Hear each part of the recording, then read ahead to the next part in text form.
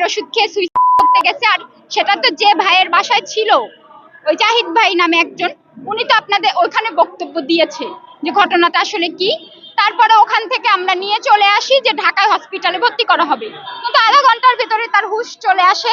তারা কক্সবাজারে যায়। আসলে মেন হচ্ছে আমাকে আমাকে হচ্ছে টর্চারিং, মানে আমার মামলাটা উঠানোর জন্য স্টাম্পে একটা সই।